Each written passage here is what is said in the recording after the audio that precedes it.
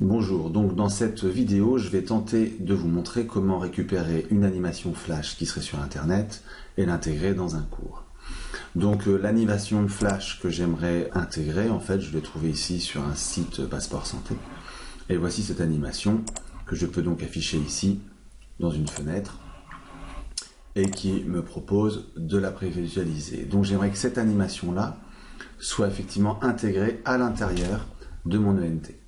Donc ici, dans le NT, dans le chapitre 3, c'est-à-dire le chapitre dans lequel j'aimerais mettre cette animation, pour ajouter cette animation flash, je vais tout simplement créer une remarque à l'intérieur de laquelle je vais intégrer ou insérer ce qu'on appelle ici un fichier du répertoire vos fichiers web. Je vais donc en amont, et c'est ça que je vais vous montrer, charger à l'intérieur de ce dossier flash que j'ai créé moi-même, dans lequel d'ailleurs je place toutes les animations flash que j'ai téléchargées.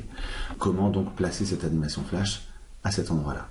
Donc pour ce faire, j'utilise un petit logiciel que vous pouvez trouver à cette adresse, ou en tapant Moyea ou SWF Kits.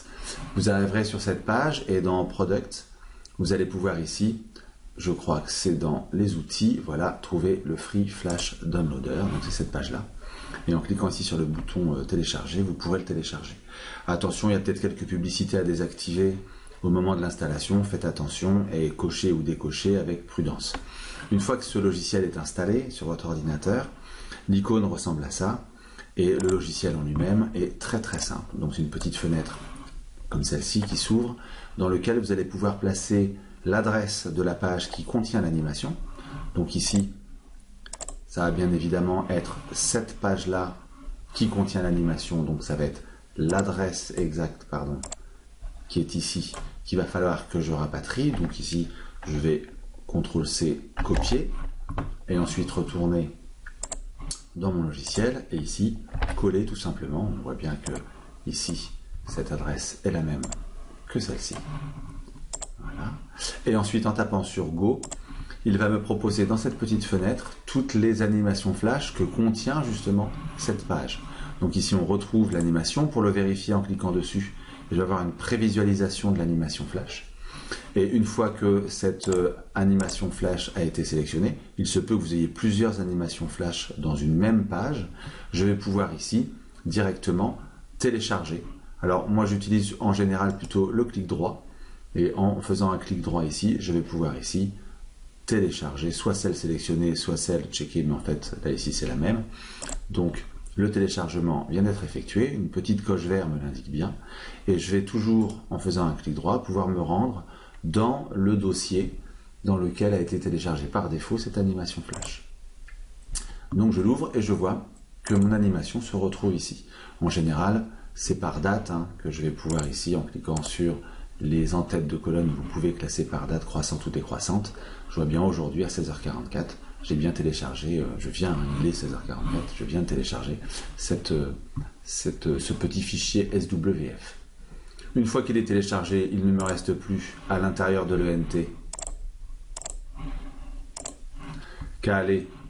Donc je vais recommencer pour que ce soit plus clair. Donc là j'ai bien la remarque que je suis en train de créer. Donc ici je peux la renommer.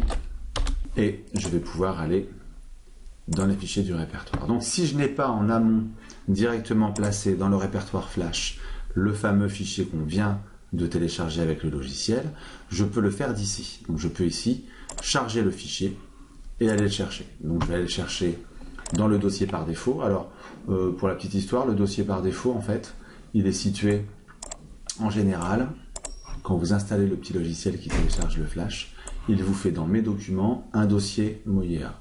Dans ce dossier Moyea, vous avez un SWF grab et à l'intérieur, vous avez tous les fichiers flash que vous avez téléchargés qui vont s'y accumuler. On peut changer le chemin de ce dossier. Moi, j'ai laissé par défaut ici. Donc voici ici le fichier SWF. Je le charge donc et je l'enregistre. Je vais donc avoir maintenant dans ma liste de fichiers web classés par ordre alphabétique quelque part allergie schéma SWF, donc on commence par un A, donc il est là. Et en cliquant sur le la petite icône vert ici, intégrer, je vais intégrer le lecteur à l'intérieur de ma remarque. Donc pour l'instant, ça n'est pas prévisualisable, mais je vais pouvoir, dans un premier temps peut-être, centrer cette animation, mais aussi en allant dans les sources, vérifier, voilà ici, on retrouve bien la taille de notre animation qui est ici un peu petite. Je vais donc rajouter ici, au lieu de 240, 640. 720. Voilà. Je peux enregistrer et aller voir à quoi ressemble ma page avec l'animation flash intégrée.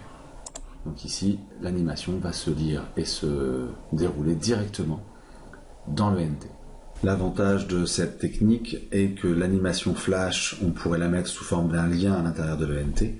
Ici, l'animation flash a été téléchargée, elle est donc intégrée dans l'ENT. Si jamais le site Passeport Santé venait à changer, soit d'adresse, soit si l'animation était retirée, cette animation resterait dans l'ENT.